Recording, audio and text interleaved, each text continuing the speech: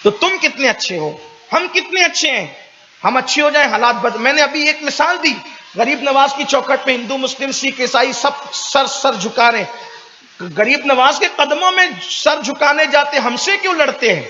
وجہ یہی ہے کہ ہم مسلمان ویسے نہیں رہ گئے جیسے غریب نواز تھے، وہ دور پھر لوٹ کر کے آئے گا۔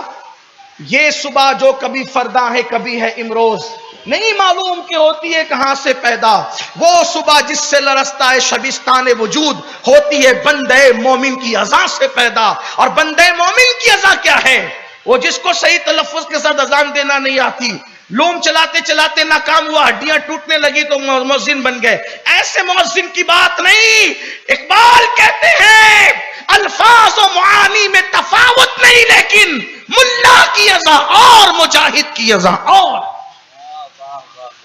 جو اپنے نفس کو کچل کر مجاہد بنے اور اذان دے تو پھر وہ نیند والوں کو نہیں اٹھاتا، اس کی اذان سے تو مردے بھی اٹھ کر کے کھڑے ہوتے۔ کوئی اپنے آپ کو کچل کر اذان تو دے، جس کو اذان سے خود کوئی دلچسپی نہیں، اس کی اذان سن کر لوگوں نے کیا مسجد میں آنا ہے، اس کی اذان کا لوگوں نے کیا جواب دینا ہے؟ اذان تو مذاق بن گئی۔ مسلمانوں پہلے تم نے اذان پر بے توجہی کی، اور یہ میرے اللہ کی سنت ہے، جب بھی میرے اللہ کی کسی نعمت کی ناقدری کرو گے اللہ وہ نعمت تم سے چھین لے گا۔ جب تم نے اذان کی طرف سے کان ہٹائے تو خدا نے کہا پھر میں تمہیں سناؤں گا ہی نہیں۔ تم میرے ذکر کو سمجھتے کیا ہو؟ تم میرے ذکر کو سمجھ، تو بے توجہی کرے گا میں تیرے گھر تک اذان کی آواز آنے نہیں دوں گا۔ یہ ان کی اوقات کیا ہے؟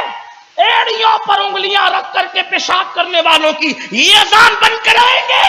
واللہ اذان نہ کبھی رکی ہے نہ رک سکتی ہے۔ آج بھی اذان کی شان یہ ہے کہ اذان 24 گھنٹے میں ایک لمحہ بند نہیں ہوتی۔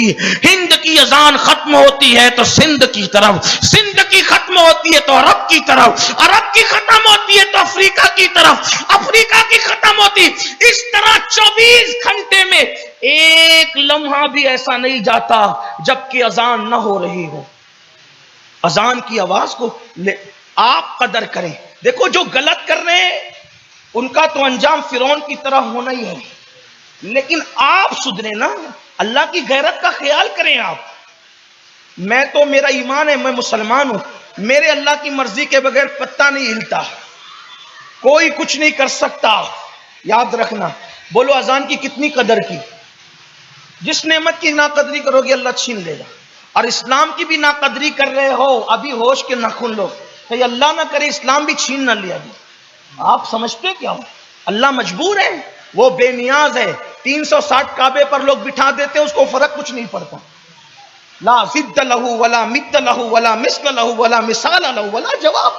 اس کی شان بڑی ہر آن اس کا نیا جلوہ ہے، وہ نئے جلوے کا اظہار فرما رہا ہے۔ اس کی شان ہے، وہ بے نیاز ہے۔ الصمد لم یلد ولم یولد ولم یکن لہ کفوا۔ وہ بے اولاد کیوں ہے؟ اس لیے کہ اولاد والا حاجت مند ہوتا ہے، اور وہ بن باپ کا کیوں ہے؟ کسی سے پیدا نہیں ہوا۔